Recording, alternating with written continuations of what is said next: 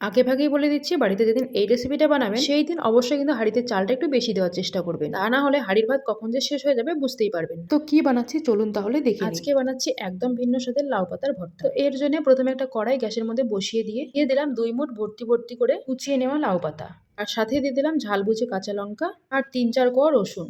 এবার অল্প করে লবণ দিয়ে লাউ পাতাটাকে নেড়ে চেড়ে নিয়ে ঢেকে সেদ্ধ হতে দেবো। প্রথমে কিন্তু লবণের পরিমাণটা একদম অল্প করে দিতে হবে। লাউ পাতা সেদ্ধ হয়ে গেলে কিন্তু অনেকটা কমে আসবে। 3-4 মিনিট মতো সময় নিয়ে লাউ পাতাটাকে সেদ্ধ করে এবার ঢাকনাটা তুলে নিচ্ছি। ঢাকনাটা তুলে দিয়ে দিচ্ছি মুঠো ভর্তি ধনেপাতা কুচি। লাউ পাতার সঙ্গে একটু বেশি করে ধনেপাতা দিলে কিন্তু ফ্লেভারটা খুব সুন্দর আসবে। এবারে সমস্ত কিছুকে নেড়ে চেড়ে খুব সুন্দর করে ভাজা ভাজা করে নিতে হবে। লাউ পাতার গায়ে যে এক্সট্রা ময়েশ্চারটা আছে সেটা কিন্তু পুরোপুরি শুকিয়ে নিতে হবে।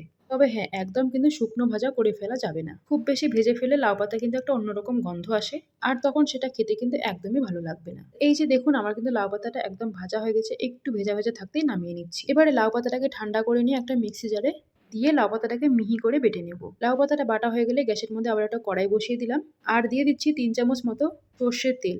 তেলটা গরম হয়ে আসলে দিয়ে দিচ্ছি 1 চামচ ভর্তি করে কালো জিরে আর 1 চামচ ভর্তি করে রসুন কুচি। এবার কালো জিরে আর রসুন কুচিটাকে 1 মিনিট মতো সময় নিয়ে খুব ভালোভাবে ভেজে নিতে হবে। 1 মিনিট পর দিয়ে দিচ্ছি একটা মাঝারি সাইজের পেঁয়াজ কুচি। এবারে পেঁয়াজটাকে কিছুক্ষণের জন্য ভেজে নেব। পেঁয়াজটার কিন্তু খুব বেশি কালার চেঞ্জ করে নেব না, একটু কালারটা চেঞ্জ হয়ে আসলেই দিয়ে দিচ্ছি 3-4টা চিংড়ি মাছ কুচি। এখানে আমি কিন্তু গলদা চিংড়ি ব্যবহার করেছি, তবে আপনারা চাইলে কিন্তু গলদা চিংড়ির পরিবর্তে ছোট চিংড়িগুলো আছে সেগুলো দিয়েও কিন্তু করে নিতে পারবে। এবার দিয়ে দিলাম আরো অল্প করে লবণ। ওই আর কি, চিংড়ি মাছ ভাজতে যতটুকু লবণ লাগবে ততটুকু লবণই আমি দিয়েছি। আর আগে লাউ পাতা সেদ্ধ করার সময় আমি যে পরিমাণ লবণটা দিয়েছি সেটা কিন্তু একদম পারফেক্ট ছিল। এবার লবণটা দিয়ে চিংড়ি মাছ আর পেঁয়াজটাকে আরো কিছুক্ষণ ভেজে নেওয়ার পরে দিয়ে দিচ্ছে আগে থেকে বানিয়ে রাখা লাউ পাতা বাটা। এবার লাউ পাতা বাটাটাকে দিয়ে মশলার সঙ্গে 2 মিনিট নেড়ে চেড়ে খুব ভালোভাবে ভেজে নেব। আর হ্যাঁ, এই সময় গ্যাসের আঁচটাকে একদম কিন্তু লোতে রাখতে হবে, তা না হলে নিচের থেকে লেগে যাওয়ার একটা সম্ভাবনা থাকে। এইভাবে একবার লাউ পাতা বাটা করে দেখবেন, এর স্বাদ মুখে লেগে থাকবে। এই লাউ পাতা বাটাটা যে কি পরিমাণ টেস্ট হয়েছিল এটা আমি সত্যি ভাষায় প্রকাশ করতে পারবো না। এদিকে দেখুন 2 মিনিট মতো লাউ পাতা বাটাটাকে ভেজে নিয়ে ঢেকে দিয়ে দিলাম।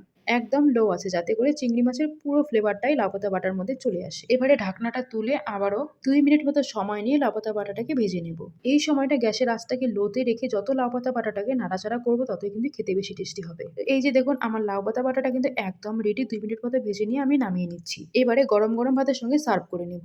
আমি কিন্তু এক থালা ভাত নিয়ে বসে পড়েছি, কেননা এটা বানানোর সময় এত সুন্দর গন্ধ বেরোচ্ছিল যে আমি আর নিজেকে আটকে রাখতে পারছি না। তাই নামানোর সাথে সাথে 1 প্লেট ভাত নিয়ে বসে পড়েছি। আর শুধু কিন্তু এটুকু খেয়ে থামিনি, এই 1 প্লেটের পরে আবার 1 প্লেট ভাত খেয়ে নিয়েছিলাম। এটা এতটাই টেস্টি হয়েছিল খেতে। আর এটা শুধু আমার কথা না, এটা ছিল আমার 8 বছরের মেয়ের কথা।